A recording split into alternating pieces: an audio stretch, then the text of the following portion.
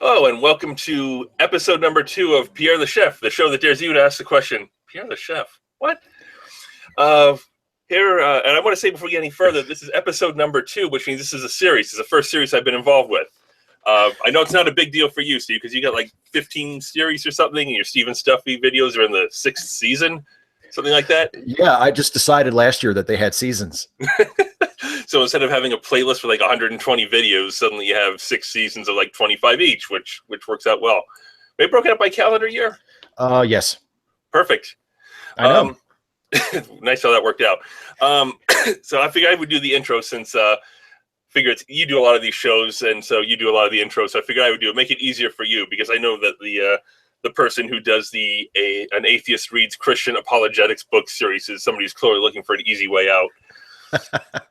So for today's panel, we have me, Christopher, carrying the team. Also carrying the team, we have Steve. Hey. And not carrying the team, Pierre, who is not here again. Where is Pierre? Actually, he did contact me. I actually kind of feel bad for him. Okay. Because, let me give a little background. Steve knows this. I don't think anyone else does. Yeah. Tech problems trying to get this started out, trying to get the show. But before we did the first episode, or like a couple of weeks before, we just did a test run to make sure that I could get the camera working and the sound working. And it took like 25 goddamn minutes, but we finally got it working. And you didn't record any of that, right? That was sadly, I did not.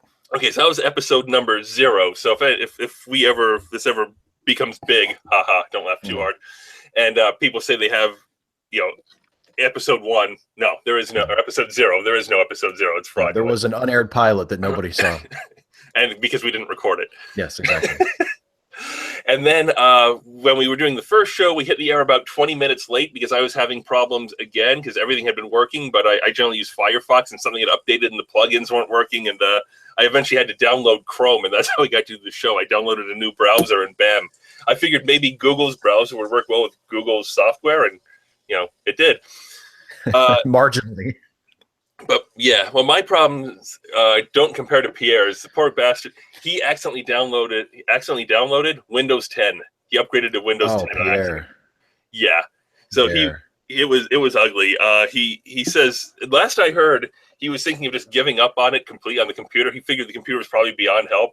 He talked about taking it out in the backyard and shooting it and burying it next to his 8-track player and his Tandy. He mentioned his Commodore 64, his pager, his Atari Jaguar, and his Keurig.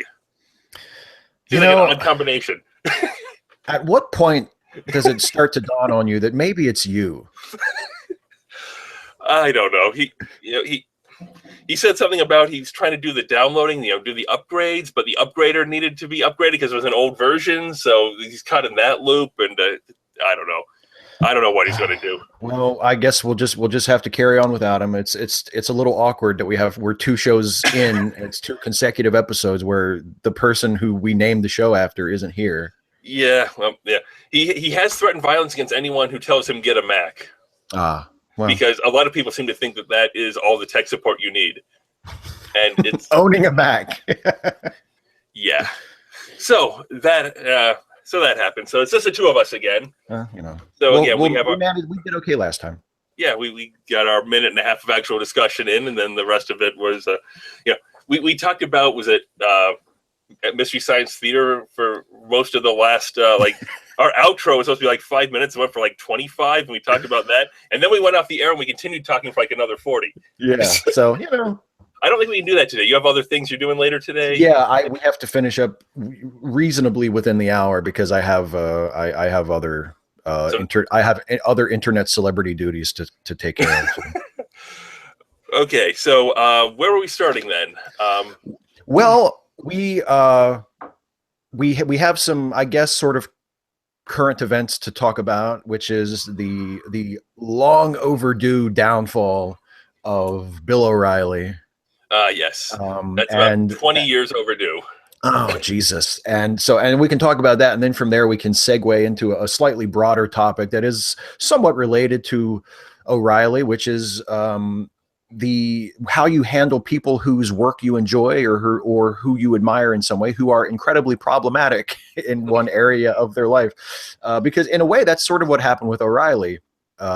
People were willing to overlook or apologize for all of his multitude of faults and sins and vices. But then it reached a point where enough people said, nah, you know what? Not worth it. And then he was gone. So we can sort of segue to that from sort of like the point we reached with Bill Maher, the other Bill. Yeah. What is it with famous people named Bill? What is it with Ricks? Ricks and Bills. They turn out to be shit like every time. That's why I refuse to call William Shatner Bill, because I don't want that. Yeah, he's a jackass in his own right. He's a William. Jackass. He's bad enough as a William. I don't want to load Bill onto him. Yeah. Okay. So let's talk about Bill O'Reilly. Bill O'Reilly was fired last week for things that he has done for 20 years that everybody has known about the entire time. Yeah. Because anyone who's trying to treat this as some sort of big moral or ethical move is completely missing the point, because there's nothing moral or ethical here. None of those issues that haven't been well known and widely discussed for years previously. This is because enough people got upset and went after the sponsors, and the sponsors got nervous and backed out. And basically, it was a financial decision. Exactly. Everyone's fine until they're a PR problem. It doesn't matter what you do, and you're good as long as you're bringing in money. Yeah, exactly. And I mean, we have to remember the catalyst that brought down O'Reilly this time was the New York Times basically reminding everybody of all the stuff he did. It's weird. It's weird how it's known, and then somehow it gains traction completely at random. Yeah, and I think maybe if you want to take some sort of optimistic view of this, and I talk about this a little bit in a video that I'm publishing on this channel tomorrow, but I'll touch on it just briefly here. I mean, if you want to talk about maybe looking on the bright side of this or taking some positive news from O'Reilly's fall from grace, it's that maybe this is an indication that the breaking point is going to break a lot easier from now on, or that we can only hope. Yeah, people's tolerance for this sort of thing is finally starting to erode to the point that, maybe the next Bill O'Reilly won't be able to be a huge asshole on TV plus abuse people behind the scenes for 20 years before he finally gets some kind of comeuppance. Right. Although losing his show at this point, he's had his 20 years of popularity. He's made his millions of dollars.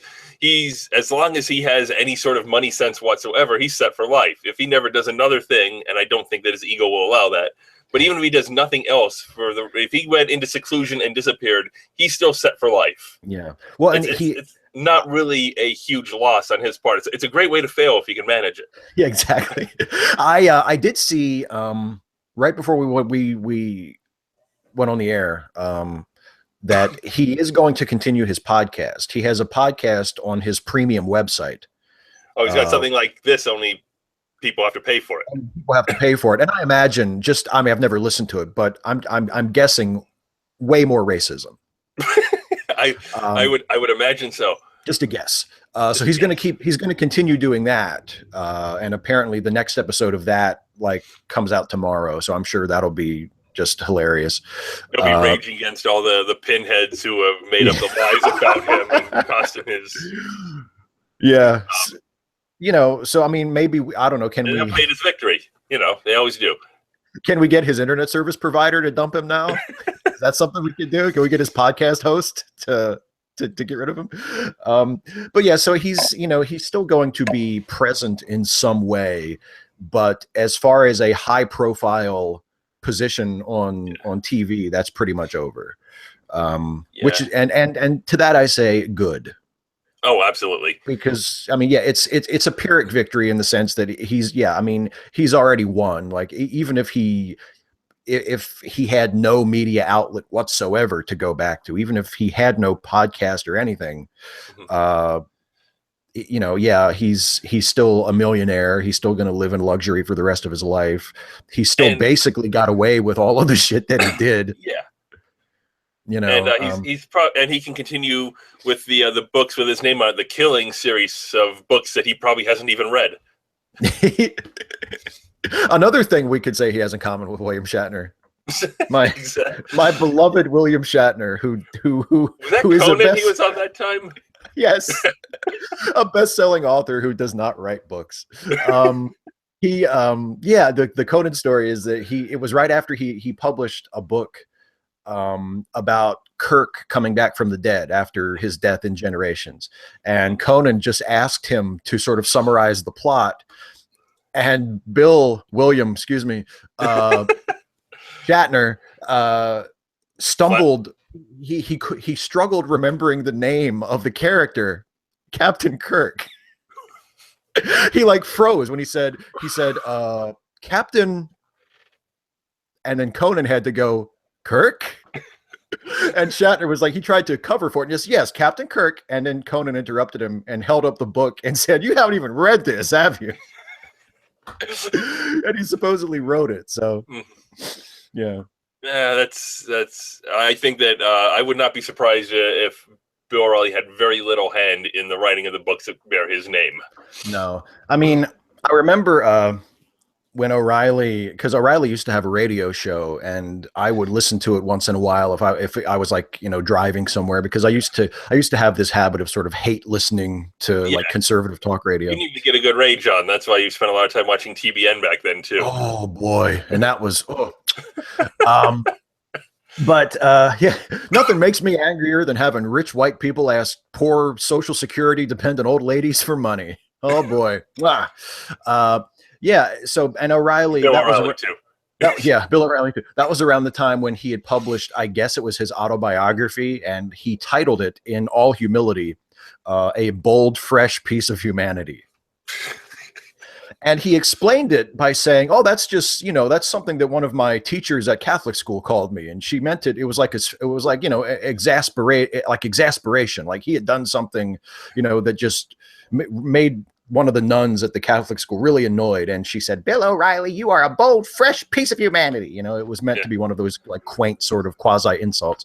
And so he took it on his own sort of like, they grabbed onto deplorable and ran with it. Yeah. And it's like, but I mean, nobody knows the story when they see the cover of the book. They just see a picture of Bill O'Reilly and it's, a bold, fresh piece of humanity, the Bill O'Reilly story by Bill O'Reilly. And you think, wow, what an asshole. Thinks a lot of himself, doesn't he? Yeah, well, he does. I mean, he's pretending that it's a sarcastic thing, but it's not. No. He meant it wholeheartedly. I don't know if he's actually capable of sarcasm, at least not in that way. I mean, he's like a lot of these, unfortunately, like a lot of these people on the right, and there are people on the left that have this problem too, but they're not nearly as prominent, who just seem to have no capacity for making fun of themselves, for self-deprecation, for anything like that. It's like whenever they talk about themselves, it's always a boast. It's always to remind you of how fucking amazing they are. And there's no like humility at all, which is kind of striking, because I was raised to think that was a good thing. And which is why they don't get a lot of humor. They don't get things like the Daily Show. A lot of them thought that the Colbert Report was serious because they don't get that kind of humor, because they can't grasp the concept of that kind of humor, of self-effacing humor. Yeah, and they aren't really taught to appreciate irony like that, especially if you yourself, the teller of the joke, is the butt of the joke. I mean, I just don't think it would never have occurred to Bill O'Reilly to make fun of himself. He would why would I do that? Right. Make fun of what? I would tell you my faults if I had any. You know what I mean? Like. Which is why Jon Stewart was so valuable during those years. Bill, I'll be your enemy. He did that one time. He came right out and said, "You need an enemy, Bill. I'll be your enemy." He also dubbed him the mayor of Bullshit Mountain. Yes. I speak to you now, the mayor of Bullshit Mountain. Do you remember when O'Reilly and Stewart had that debate, and Stewart had like the platform that went up and down? Yeah. He started referring to Bullshit Mountain, and Bill was like, "Oh no, just." He didn't care for that reference at all, and I don't think it was the language so much as just having his entire career and network summed up with that simple phrase. Yeah, because it's like, you're outside of your safe space now. You're not being sheltered by a network and bosses who enable you and apologize for you and shield you from the consequences of your actions. And when you're outside of that Fox News bubble, I mean, the bullshit is obvious. It's self-evident. And a lot of times watching O'Reilly, the complete lack of self-awareness that he would criticize others and especially the left for things that he was doing, talking about the poisoning of the well, the how hostile and how polarized debate was, just a complete lack of awareness that he's describing himself. There's a segment on the Daily Show one time where he goes, here is the uninterrupted segue, unedited from his show, where first he was complaining about paparazzi and harassing celebrities and how it's dangerous when they go after people, these ambushes and stuff, and people aren't prepared for it, and he's being very critical of that. And then he immediately went into his next segment, which involved an ambush interview on somebody getting onto a public bus. Exactly. He pissed and moaned and tried to pretend he was on some kind of journalistic high ground. When he would talk about other journalists or other media outlets doing skewed reporting or being biased or slanting the facts one way or the other. And then he would put on those bullshit man on the street interviews with Jesse Waters, where the whole segment was basically, look how dumb college students are. We interviewed people all day, and then we edited in just the people who got the questions wrong and showed you that to prove how uninformed young people are. It's like the Tonight Show's jaywalking segment, only trying to play it as serious. yeah, exactly. Like if Jay Leno had done a jaywalking segment and then they cut back to Jay at the desk and he was like, "What is the world coming to?" I hope you didn't laugh at that because it wasn't meant to be funny. You know what I mean? Like, I mean, I didn't laugh at it, but I always thought that the jaywalking was supposed to be funny. But yeah, I mean, and he called George Tiller a baby killer a bunch of times. Yeah. And then Tiller was actually murdered by somebody. And then he tried to say, "Oh, I didn't actually say that. I was just, other people called him a baby killer. I was just saying what other people said." Okay. Fucking guy in 5th grade who just got in trouble. Trump found out he can get away with denying things that he said on tape. But we'll get to the 5 minutes of Trump later, I imagine. Yeah. I remember after 9/11 going through different cable news channels, and they're starting to get back into their regular programming to some extent, and came across this channel and one of the news channels, and there's this person going on about the waste of our counter-espionage and security efforts and so on. He says this budget is, I forget what it was, 200 million, 500 million a year, whatever the national security. Yeah. And he goes, and now we know that this money is being completely wasted. And I'm like, time out. Completely wasted? Catastrophic failure. No one's denying that. Yeah. Intelligence had some idea it was coming. There's other things that go on that we don't know about. Completely, no. There was no ifs, ands, or buts. Completely wasted. I'm like, this guy's an idiot. And I later realized that was the first time I saw Bill O'Reilly. I didn't know who he was at that point, but that was the first time I saw Bill O'Reilly, and I'm like, what an ass. And I kept going. So I had him pegged from the first moment. We should stop spending money on intelligence, is what you're saying. Just a waste of time. Just a waste of time. We missed a big one, so it's a waste of time. Yeah, I mean, I don't know. It's one of those things where, and again, maybe this is an indication of a tide beginning to turn. Maybe this is an indication of people will no longer be tolerant of not just because, I mean, I think there's enough evidence of just stuff that O'Reilly has done on his show to warrant him not having a show, just on the basis of just honesty and decency and just like basic morality.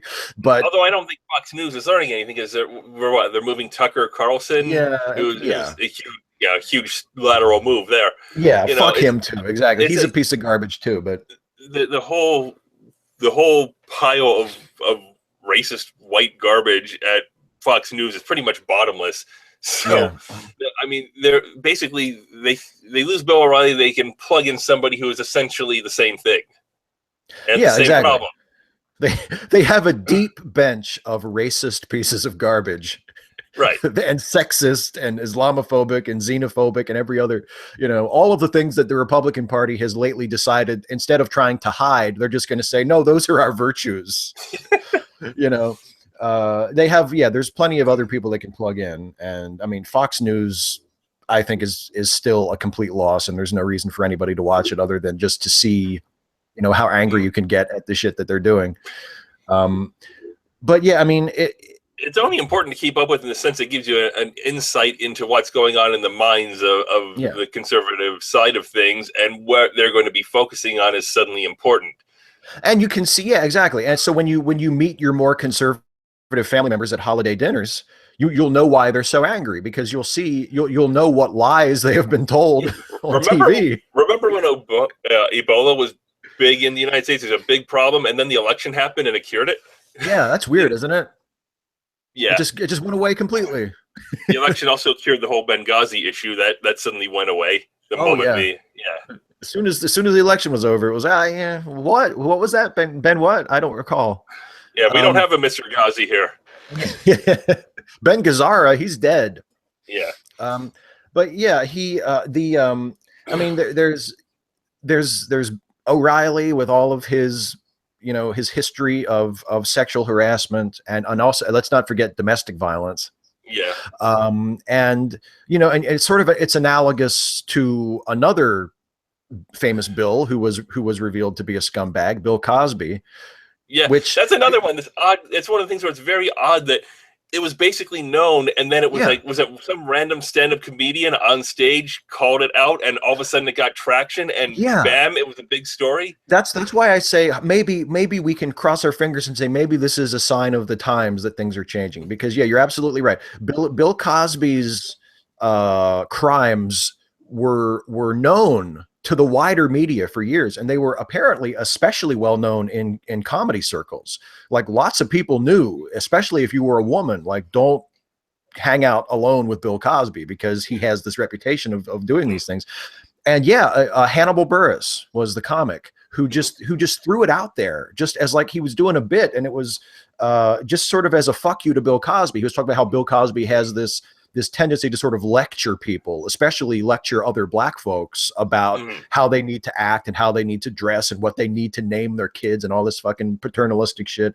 Yeah, and, I've seen some of that. Yeah, yeah, and Hannibal Buress basically said, yeah, well, you raped a bunch of women, Bill Cosby, so take a seat. You know, and people were like, what? Bill Cosby did what? And they looked into it, and it was easy to find out because it had already been reported on.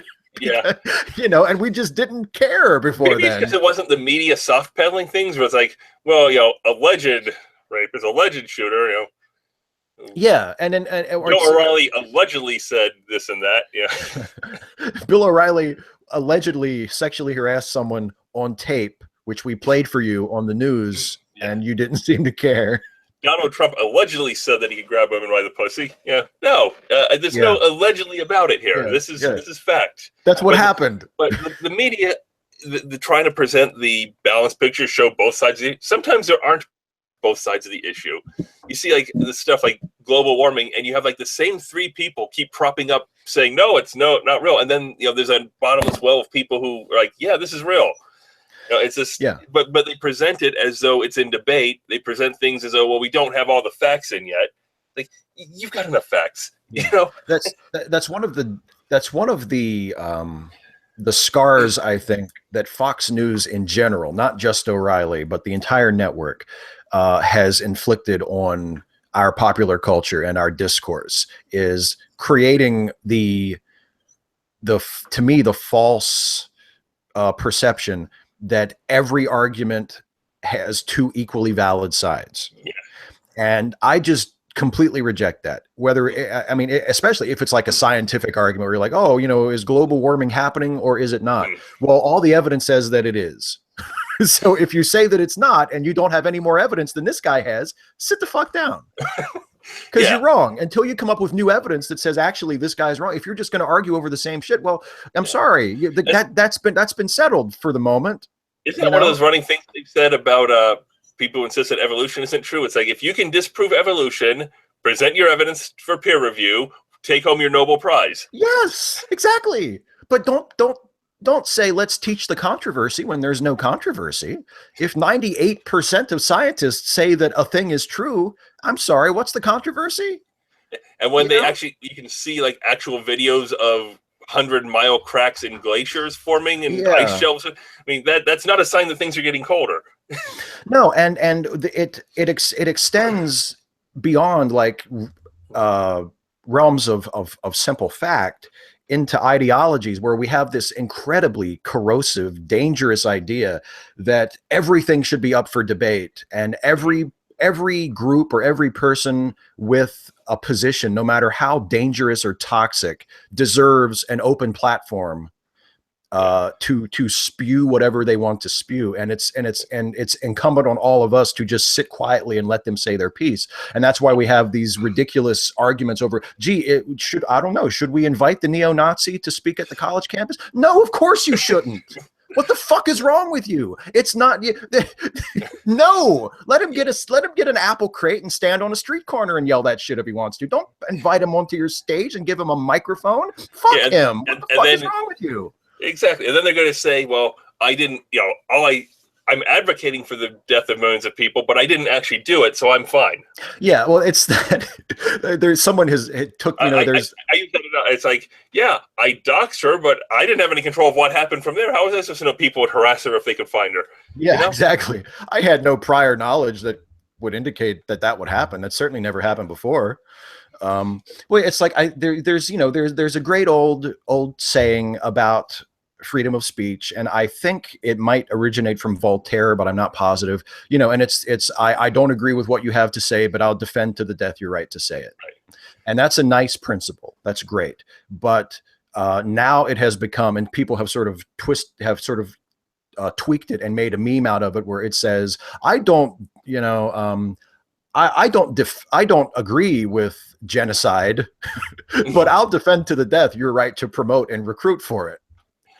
Yeah. And it's like, what sense does that make? That just, you have the right to say it, but you don't have the right to be free from consequences for saying it. Yeah. And you don't have the right to say it anywhere where I'm in charge of who gets to talk. Right. And I don't see why anybody who has control over places where other people get to talk should let you say that. Like, I don't get the argument. And I think Fox News is partially responsible for that, of they say, well, there's two sides to every story, and by extension and both sides are equally valid, which is why we have to have a debate over this. And it's like, maybe some things it's better if we just don't have a debate. Maybe if one side is, I don't think people should be exterminated based on their ethnicity, and the other side is, well, I don't know, maybe they should.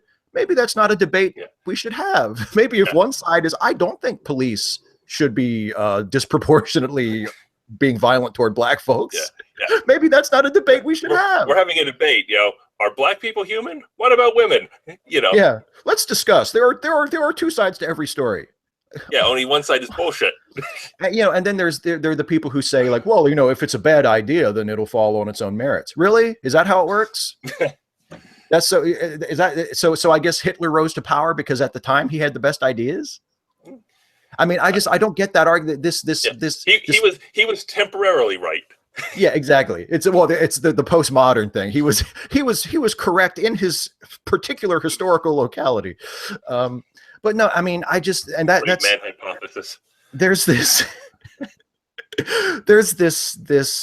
almost idealization of debate and intellectual discourse, where if we just let everybody speak their piece, then the people who have the best ideas will automatically prevail. And it's like, nobody's ever heard of propaganda. Nobody's ever heard of dishonesty or bias or personal bias. Nobody's ever heard of people having prejudices or ignorance or emotions that can be appealed to, that could sway them one way or the other. Bill O'Reilly knew all about that. That's what his career was based on. Exactly. What, you think people watch Bill O'Reilly by the millions every night because he was right, or because he had the best arguments or the best ideas? Or because he was insightful in some way? Yeah. He appealed to existing prejudices. People have prejudices, and Bill O'Reilly and Donald Trump, be like them, step up to the microphone and say, these prejudices are good. You're right. Exactly. Can anyone honestly tell me that the United States is a better place because Bill O'Reilly had a television show for 20 years? No. I don't get that argument. Let them speak, and if their ideas are bad, then they'll refute themselves. What fucking fantasy world are you living in? but I think a lot of that sort of false dichotomy of, well, he thinks this, but let's have someone with an opposing viewpoint. I mean, if the two viewpoints are not equally valid, then you're just wasting time, and you're doing something dangerous, because you're taking the person who has the completely invalid viewpoint and elevating them to make it seem like they're just as worth listening to as this guy over here. It's, so. And from there, we're about halfway through the show, so maybe segue into the next point. It's sort of the same thing, where here we're talking about two different issues. You have two different sides to the same issue. What if those two different issues are for the same person? Two different equally valid perspectives on the same person. Yeah. That's when the fun starts. Oh, yes. Because I attended Penn State, which you did not. And I like football, which you do not. So I'm sure you'll have a lot of insight directly on this one. Why are we friends? Yeah. I don't know. Yeah. Because no one else will tolerate us. That's true. It's just a process of elimination. But as a Penn State fan, Joe Paterno became extremely problematic some years ago when the story broke about Sandusky and everything that had happened.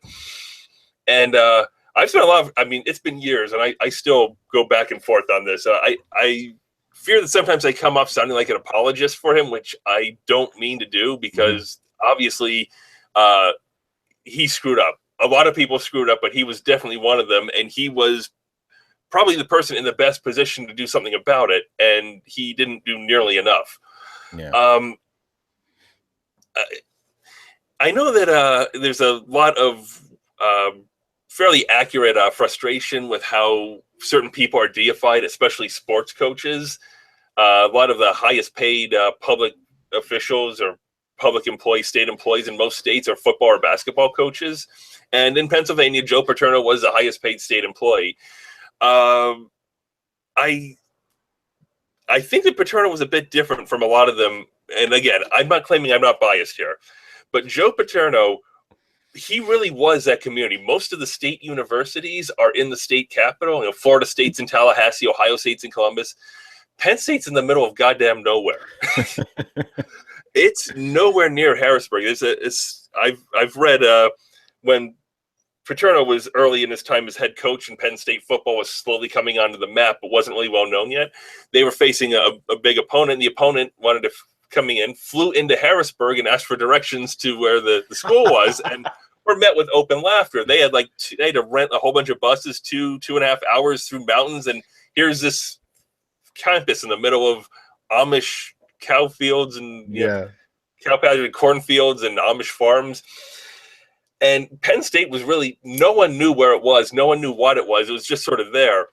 And Joe Paterno was a large part, and a lot of it comes from the success with the football team, brought a lot of attention to the school, and the area grew, but the school grew as well. And as he was, they gave him millions of dollars over the years, and he kept pouring it back into the school. I mean, he's the highest paid state employee, but much of that money went back into the school. When I graduated, somebody had recently said, this may be the only school, the only university in the country where the athletic center is named after a former university president and the library is named after the football coach. Because there was a big expansion of the library, the Petit Library where I was there, and it was a Paterno library. The separate section, the expansion, was named after Paterno because he poured millions of dollars back into it to make it happen. And when he passed away, even with the scandal over him, there were lines of people who wanted to speak at his funeral because they said he made him a better person. He made them understand what was important, and he wasn't just saying it and then disposing of the players when they were injured or graduated. I mean, a lot of people said that they are better human beings because they knew Joe Paterno, and you don't have hundreds of people lining up to say that if there's not something to it. But then came the news about Sandusky, and that on some level what had gone on had been known for years at the highest levels of the university, and Sandusky never lost access to the school, and the information never got to the police. Now, trying to balance that, that's where we start talking about problematic. Yeah. You've got the person who's done great things, helped people, is seen as a hero by many, And at the same time, this terrible thing happened, and he didn't do nearly enough about it. He did probably what he was legally required to, and nothing more. Mm-hmm. And it's a hard thing to balance the two, to understand the two. Trying to figure out how to make them correlate. It's somebody who's done so much good can miss the boat so terribly on something else. And it was something that really hurt. Obviously the kids were hurt. A lot of the problems with the community. I mean, Joe Paterno is Penn State, or was Penn State in a lot of ways. He didn't even have an unlisted phone number. He was in the white pages. Yeah. That was Nick Saban, But one of the things, one thing that you can say at least about it, and again, try not to sound like an apologist here. He didn't commit a sin of commission. He committed a sin of omission. He should have done more, but what he did wasn't wrong. He just didn't do nearly enough of it. He wasn't committing the crimes, which is an important thing. I mean, if he had, that would be the end, Yeah. There's no conflict at all. Just, Yeah. I mean, but part of what I think came from that, looking back, Joe Paterno was often, it was almost a point of humor, how out of touch you could be about a lot of things. There was some sort of dinner. I don't think it was at the White House. It was a government thing, a big thing. A lot of people were there. They asked about it, and he said that he was sitting next to somebody named Nick Cage. And they're like, really, the actor? And he got very defensive and upset. And he's like, I don't know. I never saw him. I didn't recognize him. He said his name was Nick Cage. What are you asking me for? Yeah, he had no idea who Nicolas Cage was. If it was not Penn State football, he didn't really know about it. It was outside of his wheelhouse, and he wasn't aware of it. And at the time, stories like that were kind of amusing. Wacky old Joe, out of touch. It looks more like a warning sign now. Yeah. It's just and I find myself, part of it is that I want to believe it, but part of it, you look at how his life was and things that he did. I think that he either believed or convinced himself that he had done the right thing, that he'd done everything he had to, but obviously he didn't. Yeah. But I mean, here it was said, like, when the reports came out, I've read one or two books about Paterno. I actually have this one sentence right here, one or two sentences, where he has a friend, Guido D'Elia. He said, watching Paterno read the presentment about the Sandusky claim, when the report came out, said it was like watching his innocence get blown away. What did he know about perverted things like that? When he asked Scott, "What is sodomy anyway?" I thought my heart was going to break. Oh, wow. I don't know that Paterno genuinely understood just how bad what was happening was. Yeah. That's not a defense. It's an explanation. It doesn't justify anything. But I don't think that he truly comprehended what was happening, how severe it was. And I find myself, if I'm talking to a bunch of the people who are lined up to speak at his funeral, people who say he's a hero, who said that he made them a better person, taught them what was important in life, I'm not going to try to dispute that with them. I'm not going to tell them that Paterno was a monster, because he obviously wasn't. But at the same time, if I'm talking to Sandusky's victims, I'm not going to try to convince them that Paterno is any sort of a hero. Oh, God, no. That's what we have to accept about this, that everyone is problematic. Nobody makes everybody they encounter a better person. You're going to make some people better. You're going to make some people worse. You have a positive impact on some people and a negative impact on others. But we want comic book morality. We want our heroes to be perfect and our villains to be monstrous and irredeemable. Yeah. And that has that odd side effect where when you decide that you don't want to turn on somebody and you want them to be perfect, you end up with this thing where you start excusing what they do as acceptable. You come up with ways to say, well, it's not that bad. Yeah. It's like, well, what did O'Reilly do? It wasn't that bad. He's still a good guy. Yeah, I think I mean, we can't lose sight of the fact that it's a personal choice. Everybody decides for themselves how much is too much for them. Mm-hmm. And how they're going to respond. You know what I mean? And I think like for you, obviously, clearly from having you talk about it, it's something that troubles you deeply How can it because not? You know, because it's someone that you admired a lot and was the figure in your university community. yeah. And now this awful thing happened, was revealed several years ago, and it's like now that's his legacy, or at least that's a huge part of his legacy. Yeah. And everybody has to decide for themselves how they're going to respond to that. And I know, like for me, I try to, because I don't have anything personally that is quite analogous to that, because I mean I've had people who I've admired or who have done work that I've enjoyed turn out to be horrible people. And there's always like a cognitive dissonance there, where it's like you have this genuine appreciation for something about them, but then there's also this other part of them that you just can't pretend isn't there. Right. But nothing to the level of how you and lots of other Penn State alums feel about Paterno.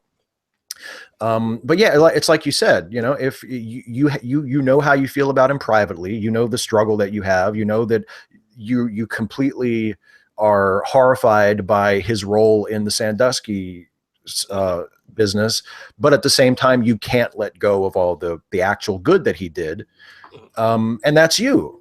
And if someone comes forward or is talking about it and says, you know what, I admire Joe Paterno too, but fuck him. That's them. That's their right to feel that way. Right. And it's not your place, it's not your place to argue with them. It's not your place to stand up for them, because you know how you feel and they know how they feel. And if someone comes up and says, you know what, there's no excuse for what Paterno did. Yeah, he should have done a hell of a lot more than he did. I don't care if he was a doddering old man who said he didn't know what sodomy was. I don't fucking care. What about the people that Sandusky abused and he ruined their lives? And because this is a situation where both his supporters and his critics are both right in their own way. I mean, this is shades of gray. There's not, he's not a good person. He's not a bad person. There's not an absolute here. And there's a problem where, again, because we want absolutes, there's an extent where if you still express support for some of the things that Paterno did or that he stood for, they think that, oh, you stand for this too. It all comes together. It's like, if you don't reject him, you're supporting the cover up, and that's unfair too. But we want to have an absolute. We want to say he's a good person or a bad person. We don't allow for nuance anymore. Yeah, I think having a complicated view of a person like that is really the only option. And like you say, I mean, we like to have things black and white and either or, and we don't. We rebel at the thought of having conflicting feelings or conflicting ideas, because we think like, well, you can't, the brain can't contain such a thing. I assure you it can. And sometimes that's the only option. I mean, one of the most famous for us Americans examples of that is the founding fathers. Oh yeah, that's a very extremely problematic when you look back in slave owners, just deeply problematic people, and yet they were the architects of a government that took 200 years to break. Exactly. We just now really fucked it up beyond repair. I mean, let's face it. And what troubles me is the people who admire the founding fathers and then try to sweep their sins under the rug. I rebel. You have to admit they're problematic. Exactly. You can talk about what a genius Thomas Jefferson was, and he was, and what a brilliant writer he was, and what influential ideas he had. I'm completely in support of all of that, but you can't pretend that he didn't own slaves, that he didn't rape his slaves, that he didn't do all of these awful, just absolutely horrific things. You can't pretend. You have to face both of them if you want to be honest about it. Right. And if and there are Franklin Delano Roosevelt, one of the greatest presidents in the history of this country, an absolute icon of American history, put Japanese Americans in internment camps. Right. There is no excuse for that. And that doesn't deserve to just be sort of swept under the rug. Oh, blah, blah, blah, blah. Let's talk about the New Deal. Let's talk about the New Deal, but let's never forget that he did that other thing too, and there was no excuse for that, and it was awful. Right, but you have to accept that people are good and bad sometimes at the same time. And that you're not owed a nice, comfortable hero. Right. People are what they are, and Yeah. nobody owes it to you. It's not like, oh, maybe it is on. Maybe you do want to admire Paterno or Roosevelt or Jefferson without reservation, and you're upset that you can't do that. Well, Well, guess what? I do still admire Paterno, but with reservation. With Yeah, reservation yeah, because of what yeah. happened. I I mean, admire some pretty fucking huge reservations. yeah, and I mean, you have to consider. I mean, this is one of the big money makers for the school. I mean, basically, Penn State football carries the entire athletic department, brings in a lot of money, and to run that, you have to have power. You shouldn't be surprised, despite his public persona, that there's a steely blade in the silken sheath. That he had power and that he used it. I mean, the last thing I'd say about him here. Couple of years, some years he had a stretch where they had losing records 4 to 5 years, and the school wanted to fire him, and basically said, "No, I'm not going to do that," and he stuck around. How much power do you have to refuse to be fired when your own bosses from your own job? Yeah, when your own bosses say, we think you should move on, and he goes, "No," and he stuck around, and he had some good years after that, but he lost a lot of his support at that point. Yeah, but.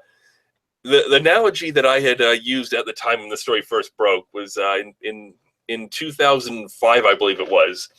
There's a nuclear submarine, the USS San Francisco, that it hit an undersea mountain that was not on the charts. Oh wow! They nearly lost the submarine. It was like I don't know the crew complement is like 120, 150 people, something like that. About 100 of them were injured. One person died, and they nearly lost the submarine. The front of it was smashed up pretty bad. It had no front ballast, and they very nearly didn't get back to the surface. And afterward, the captain was court-martialed, basically. And a lot of people were, especially outside the military, were saying, this is ridiculous. What he hit, the feature of the mountain that they ran aground on, was not on the map they were provided. They used a course that was given to them by superiors who weren't on the sub, and they're saying, you used their plan, you did what you're supposed to do. How's it fair that you're getting court-martialed? And what the captain basically said was, "I'm in command. It's all my fault." Yeah. Joe Paterno was in command of that program, and it was his fault, even if it wasn't. Right, because the buck has to stop somewhere. Right, yeah. And considering that he basically was the final say. I mean, if he's refusing to be fired, then basically he's the one at the top. And it was he. And when he said, "I should have done more," I think any rational, reasonable human being would say that once the full story came out. It was taken as an admission of guilt. It was turned into, "I chose not to do more, and I chose to ignore it," which is not what he was saying. But, in the end, he got fired, and whatever you might say about how it happened, at that point, I think it was the right choice. I think they had to. It was him. Yeah. And, so still admire a lot of what he did and what he stood for, but you've got that issue hanging over that cloud that you can never really get rid of. Can never really explain adequately. Yeah, and like you've been saying, I mean, it's sometimes that's just the way it is. Mm-hmm. It doesn't do any good to deny the bad things just because you'd rather only think about the good things. I mean, hopefully, like we were talking about with O'Reilly, hopefully things like this will serve as a lesson to future people. Right. And people, when you catch wind of something awful happening in an organization that you are a part of and that you believe in, you'll speak out and you'll say, "Hey, we can't just hide this because it would look good for it would look bad for the organization. We need to root this out and take care of this right now." Oh, I'll bet that Penn State's football club is the safest place in the world for kids right now, because they're watching. They're like a hawk. I mean, they're not taking any chances now. Once this has happened, they're going to make sure that shit doesn't happen again. Yeah, and it's that's the only thing that they can do. If they did any less, it wouldn't be good enough. Yeah, I saw two different things that went around after all this hit the fan about Paterno. That one I thought was very good. One I thought completely missed the point. The one that missed the point was one saying, we still, your legacy is still 409 wins or whatever it was. And I'm like, really? Your concern is the wins that the NCAA took away from his official total, which it's since given back. But still, your concern is how many wins the football team had. You are completely missing the point of everything here.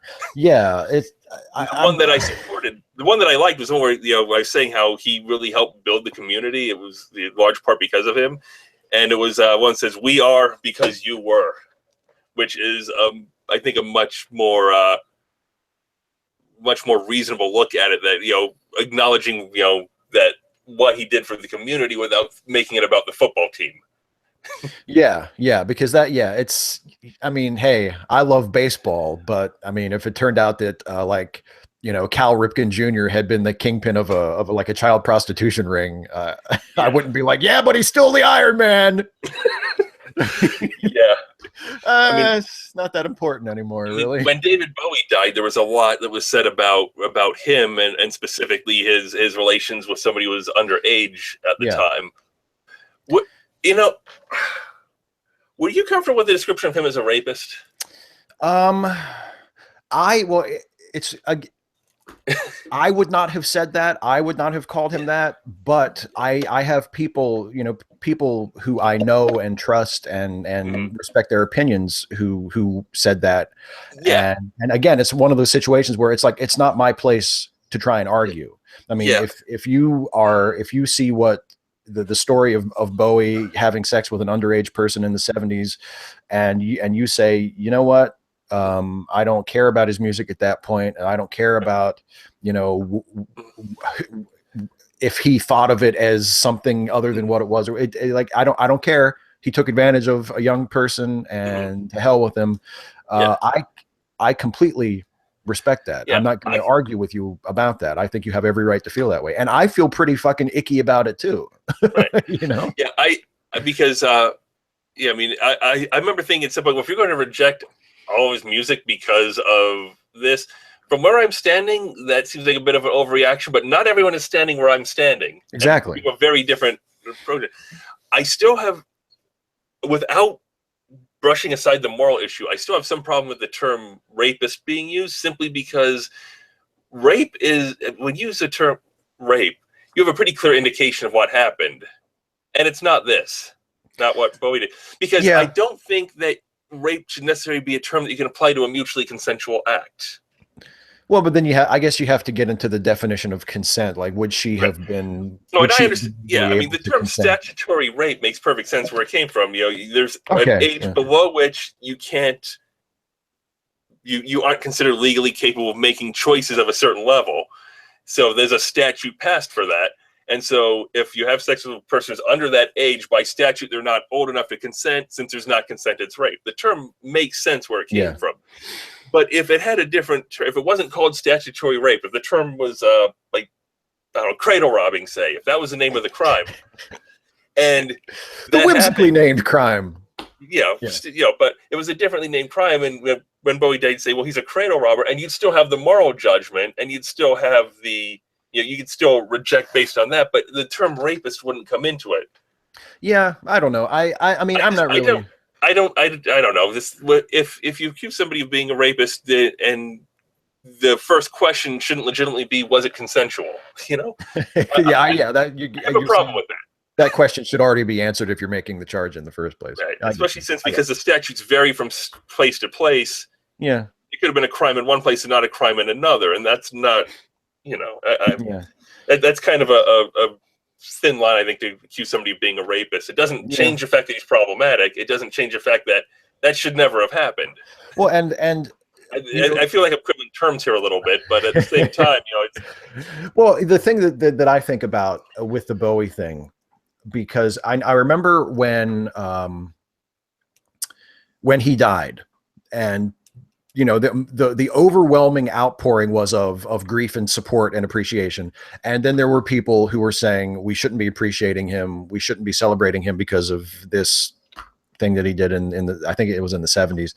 And the people who wanted to celebrate Bowie got really mad at the people who cared more about him possibly raping or statutorily raping this young woman.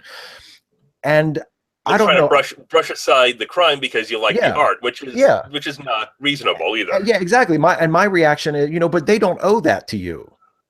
Like Right. if they're genuinely upset and concerned about this crime that he may have committed, they don't have to shut up about it just so that you can have your Bowie appreciation party. Like they don't owe that to you, and you shouldn't demand that of them.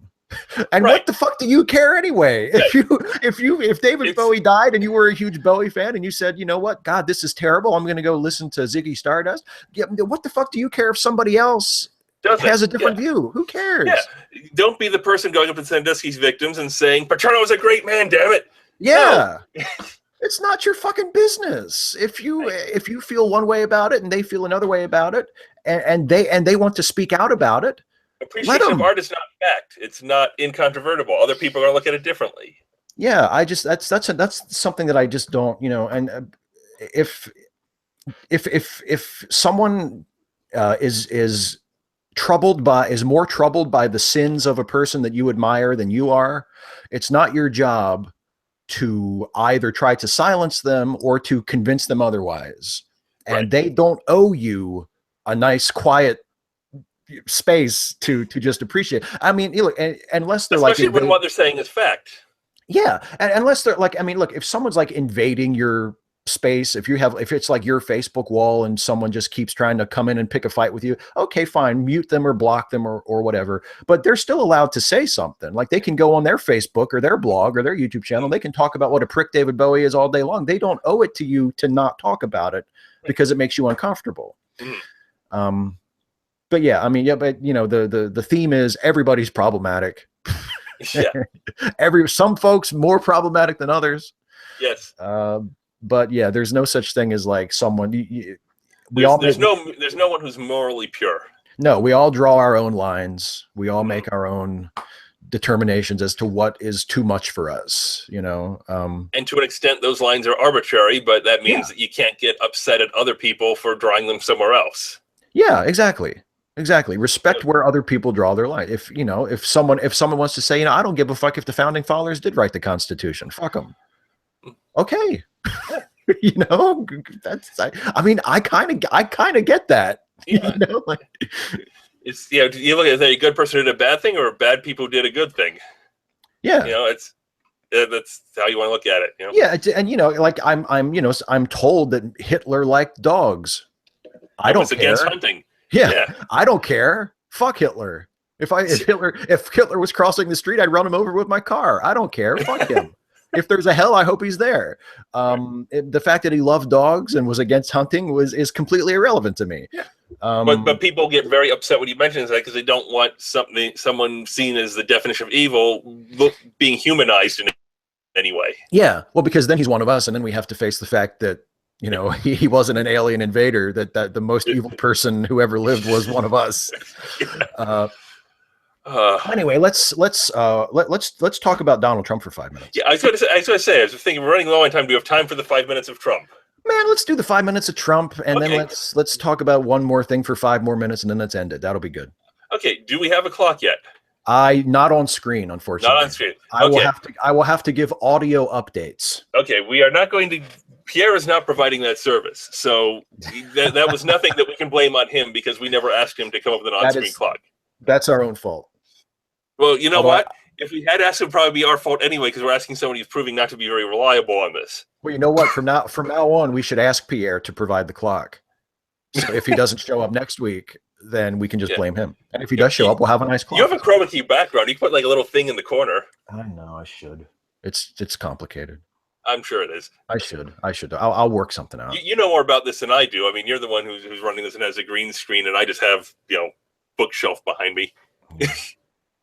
I say green screen even though it's blue because I'm not that bright sometimes. Okay, so I'm going to start the timer, and we can talk about Donald Trump for 5 minutes. All right. Okay, here we go. 3, 2, 1, go. So what is the most egregious thing that he's done in the last month? I don't even know where to start. Well, I did notice that yesterday for Earth Day, he tweeted about the importance of celebrating our beautiful forests and lakes and how committed he was to preserving natural beauty. But then he also tweeted that, yeah, he's committed to keeping the air and the water clean. But let's not forget that economic growth enhances environmental protection. Oh, does it? What the fuck is he talking about? Yeah, I think the one thing we have to acknowledge about Trump, beyond the fact that his 2013 self warned himself against everything his 2017 self is doing. Yeah. Twitter, yeah. But I think that we have to stop approaching this as though we can discuss this rationally with him or his supporters, because logic and reason are not going to get through. They said that in the advance of, you mentioned Hitler, in the advance of him taking power, a lot of the things that he did, fact checkers were like, no, what you're saying isn't true. But at the same time, it was so ridiculous what he was saying that it's not something that's worth taking the time to refute as though it's somebody making a well-meaning mistake.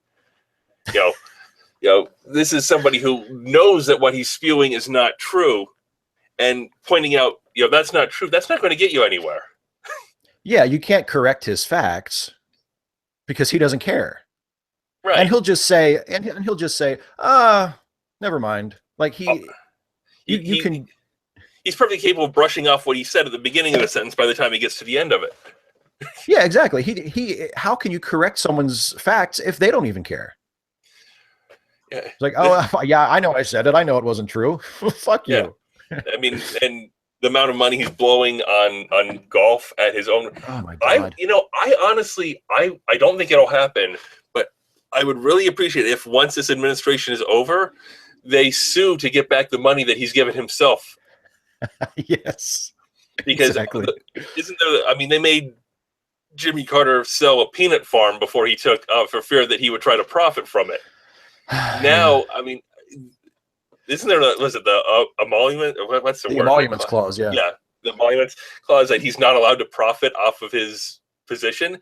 I think they should cite that and try to get back all of the money that he funneled to himself, all of the taxpayer money that he has spent on himself, on his golf resort, on his businesses.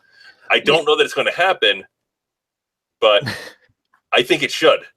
Yeah, of course it should. Well, I don't know. That might be the charge that he winds up being impeached over. Who knows? We'll just have to wait and see. I mean, what's most dispiriting to me is how tolerant his supporters are. And especially his supporters in the government, his supporters in Congress, are of his naked hypocrisy. Where, when Barack Obama went golfing every once in a while, Trump would jump on Twitter and go, our president is a disgrace. There's a national crisis. Why is he going golfing this weekend? He should be leading our nation. And now Trump goes golfing literally every single weekend at taxpayer expense. And he's crushing the businesses in that area because it restricts the airspace. It's a huge expense, and he's bankrupting the town. And he goes to his own golf course, which means they make money because he was there, and so therefore he makes money. And there's just fucking silence. The Republicans do not care, But remember how vicious they were to Michelle Obama when she suggested that perhaps people should drink more water? Yeah. Or, maybe, I don't know, maybe kids should eat healthier snacks at school. Oh, Jesus Christ. Who are you to tell us what to do? Who are you to tell us what to do?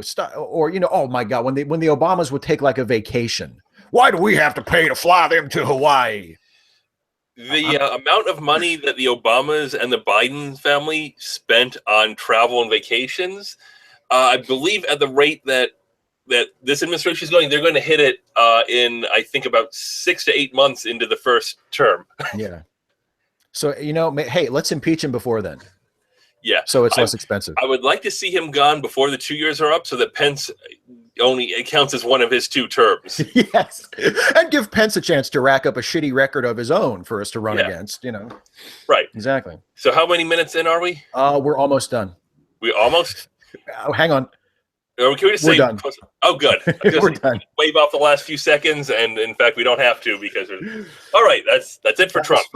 That's 5 minutes of talking about Trump. So, okay, we're basically done. I need to wrap up pretty soon, but first, you had mentioned in our chat before we went on the air. You've watched some Star Trek Continues recently. Oh yeah, I was actually very impressed for a fan production. I mean, and even not for a fan production. I mean, the production value, is that the gold standard of the fan productions at this point? Pretty much. I would say it is. I would say it is. Yeah. Because it doesn't look cheap. It doesn't look fake. It looks. I mean, I was very impressed. I mean, you can tell that they only have a very limited number of sets, but those sets are still very, very good. You know? And most importantly, the acting and the writing are not terrible.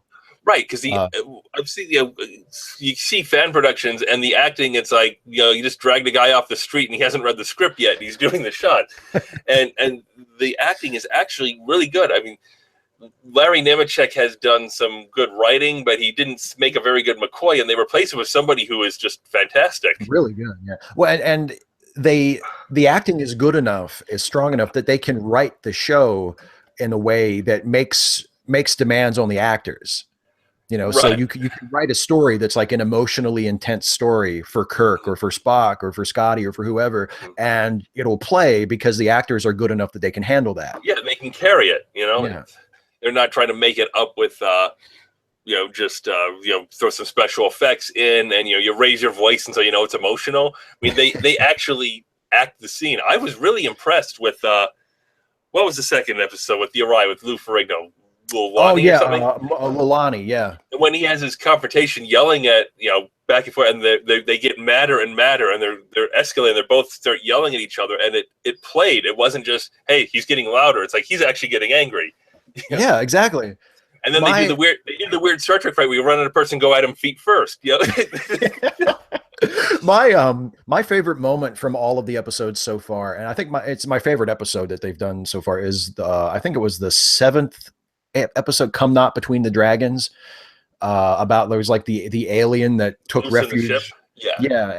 And it turned out that the alien, that it was like a child that was being abused by its father, which was just totally blew my mind. And I was like, what a great Star Trek story. Oh God. But there's the aliens have this capability of sort of like radiating emotions that change the way the crew behaves. Anger and hostility and fear. Yeah. And there's this moment where Scotty is like sort of being insubordinate, and I think it's Kirk finds Scotty in a corridor and demands to know, like, what are you doing? And Scotty is drinking from a flask. And Chris Doohan, who is the son of the original Scotty, James Doohan, plays Scotty in this. He has this amazing moment where he takes a sip of his flask, and then he just kind of looks at Kirk like, what are you gonna do about it? Like can I help you? And it was just amazing. It was so funny. And it's a little moment that most fan productions probably wouldn't have the confidence to do something like that, to just let the actor do like a silent take and just kind of and communicate everything he needed to. It's like, you know what? This part works if you can act. We're going to avoid that. Yeah. The very first bit of any Star Trek fan production I saw was one time when I visited you. You were still on dial-up when you would do like the was it the New Voyages or New Adventures? New Voyages, yeah. And you would start downloading before you went to bed and hope that it came in without airing out the next morning. Yes, exactly. And got a little bit of a scene, and the captain, he's a person who plays the Captain Kirk, and that one is an Elvis impersonator. So he got the big pompadour, the hair that really doesn't look like Kirk necessarily, but they showed up somewhere, and the person's on view screen. It's like upset that the Enterprise didn't get there sooner, and he's like, "Well, we got here as soon as we could. Like, screw you, I'm Jim Kirk." It's just so terrible. Yeah. Well, the other thing, I mean, because I used to really enjoy New Voyages as well, but when Star Trek Continues started, it was like such a step up in virtually every way that I thought, okay, I'm gonna watch this now. And one of the things that Star Trek New Voyages did that I didn't like, that Star Trek Continues mostly avoids, is that they don't Star Trek New Voyages would do stuff that you never would have seen on the original show. Like they would have Klingons guest star in like modern Klingon makeup. And they would still do like the old school, classic Klingons too, where they were just normal people with like kind of swarthy complexions. But they would also do like the movie era and forward, forehead stuff. And I thought, no, that's not how they looked. Like if this was an episode of the original series, they wouldn't look like that. And you could see this one. You can see Star Trek Continues actually being Star Trek continuing. Yeah, they don't do anything that the original show wouldn't have done. They don't pull from stuff that happened later. Right. They don't do They didn't stuff that transition to movie era. They're, yeah. I will say the person who plays Kirk, how's that name? Vic Mignogna. Right. He is really good. He has the look. He acts like. One thing that throws me is that he sounds like Scott Bakula. Yeah, it took me a little bit to adjust to his voice, but once I made that adjustment, Yeah, it was like, wow, he's pretty good. I mean, yeah. I mean, yeah. he really has the look, the acting. All of them are really good. They don't really have anyone who's terrible. No, they all. Yeah, I mean, the thing about Vic Mignogna is that makes him better, I think, than James Cawley, who was Kirk, the original Kirk in Star Trek New Voyages. Was the it he? Original Kirk. Yeah, because there's another. They added another guy who took it over after like halfway through, and he wasn't. Cawley left as Kirk. Yeah, Cawley left Really? as Kirk. Yeah, but Vic Mignogna has the physical presence. Mm-hmm. Like he's large enough, and Shatner wasn't like a huge guy, but Shatner wasn't like a withering sort of wisp either. He was, you could tell that he was a fit dude, and when he was in a scene, you could tell that he was in charge. He had the charisma that he could take over the scene just by being there. Yeah, exactly. And Vic Mignogna has that same quality where when he's in a scene, there's no question. Oh, even if you're watching it for the first time, and if you're watching like another fan production and it's someone else playing Captain Kirk, you'd be like, oh, is that supposed to be Captain Kirk? Yeah. But with Vic, it's like, oh, okay, that's Captain Kirk. I get that right away. In fact, in the most recent episode, he was two Kirks. Yeah. And that was such a good episode too. Yeah. Because I started watching it largely because a number of people, you included, seem more excited about the new episode of Star Trek Continues coming out than you were about Star Trek Beyond. Yeah, and Star Trek Beyond turned out to be great. I loved it, but I mean, the anticipation for it.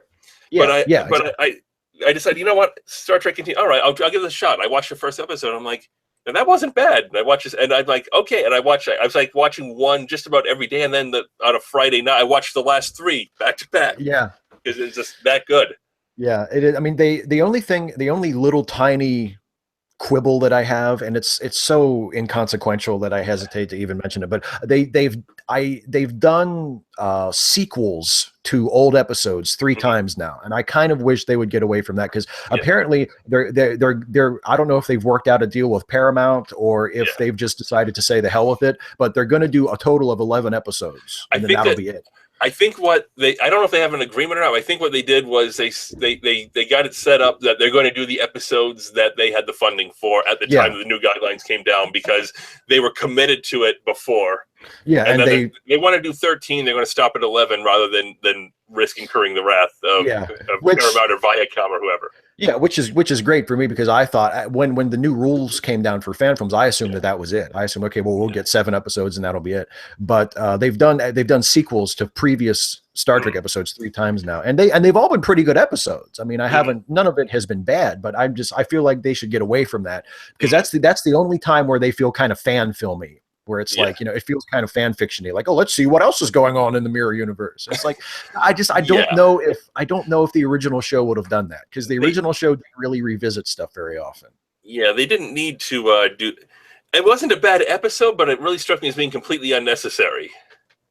Yeah. Well, it feels a little bit like, because I'll mention this real quick and then we have to wrap up. I've been watching a lot of Star Trek Voyager lately, and Voyager had this really bad habit of doing these out of nowhere episodes that took place in the future or in an alternate reality, or that's what they did with their finale too. Yeah, and it's like, why? Of course, the Next Generation did it for their finale too, but they hadn't done it 1,000 times already, and they did it with a lot more panache. Exactly, and it was logic.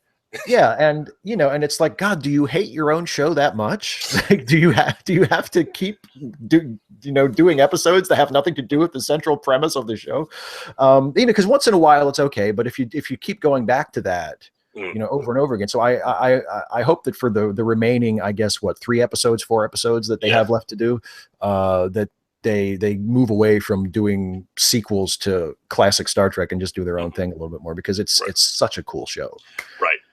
And I said it's going to end with them going in at the end of the 5-year mission, which leads into the movies, which makes sense. Yeah, I mean, I have enough confidence in them. I think they'll be able to come up with a good series finale,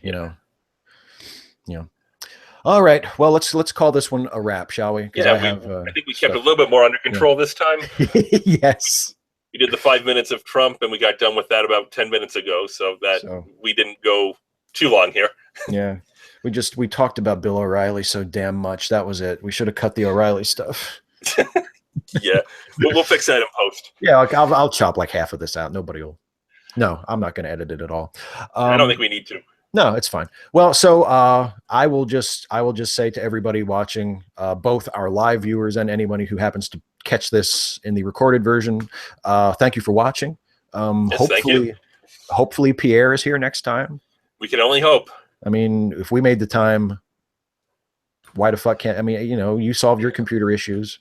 Yeah. Well, we did the best. This one he had more warning on because we had this one scheduled like a week ago. So it's not like he didn't know it was coming, but his computer crapped out. Well, that's that's good for one. Yep. That's good for one, Pierre. So next month, if we do this again, you're gonna. Yeah. We'll try to do about once a month. So sometime in May, we'll find time. Yeah, exactly. All right. So that's it. That's Goodbye, episode everybody. 2. Goodbye, everybody. Goodbye.